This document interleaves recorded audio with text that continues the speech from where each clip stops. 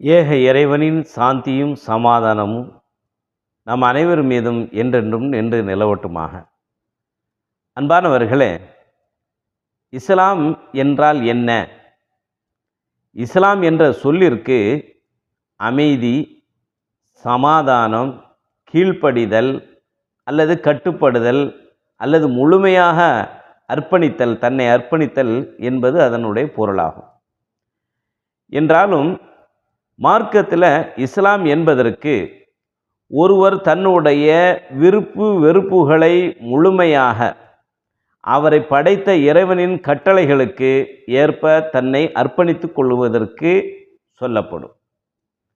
பலர் நினைத்திருப்பதை போன்று இஸ்லாமிய மார்க்கம் முஹம்மது என்ற இறை தூதரால் தோற்றுவிக்கப்பட்ட உருவாக்கப்பட்ட மார்க்கம் என்று நினைக்கிறார்கள். உண்மையிலேயே ஆதி மனிதர் ஆதாம் அலைஹிஸ்ஸலாம் அவர்கள் முதற்கொண்டு இறைவன் மனிதர்களுக்கு நேர்வழி காட்டுவதற்காக அனுப்பிய நூஹ் என்கிற நோவா, இப்ராஹிம் என்கிற ஆபிரகாம், மோசஸ் என்கின்ற மூசா, ஈசா என்கின்ற இயேசு அலைஹிஸ்ஸலாம் போன்ற அனைவருமே இறைவனால் அனுப்பப்பட்ட இறை தூதர்கள்தான்.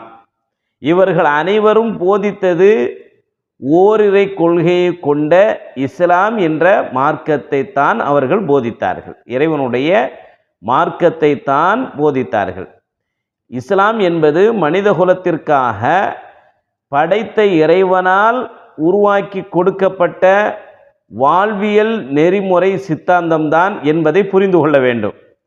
இவற்றை தான் ஆதாம் முதற்கொண்டு இறுதி இறை தூதர் முஹம்மது வரையிலும் அனைத்து தூதர்களும் இதைத்தான் போதித்தார்கள். அந்த தூதர்மார்களுடைய இறுதியில் வந்தவர்தான் முஹம்மது நபி ஸல்லல்லாஹு அலைஹி வஸல்லம் அவர்கள் ஆவார்கள் என்பதை புரிந்து கொள்ள இது இஸ்லாத்தை பற்றிய ஒரு சுருக்கமான ஒரு விவரத்தை நான் உங்களுக்கு முன்னால் சொல்லியிருக்கிறேன்.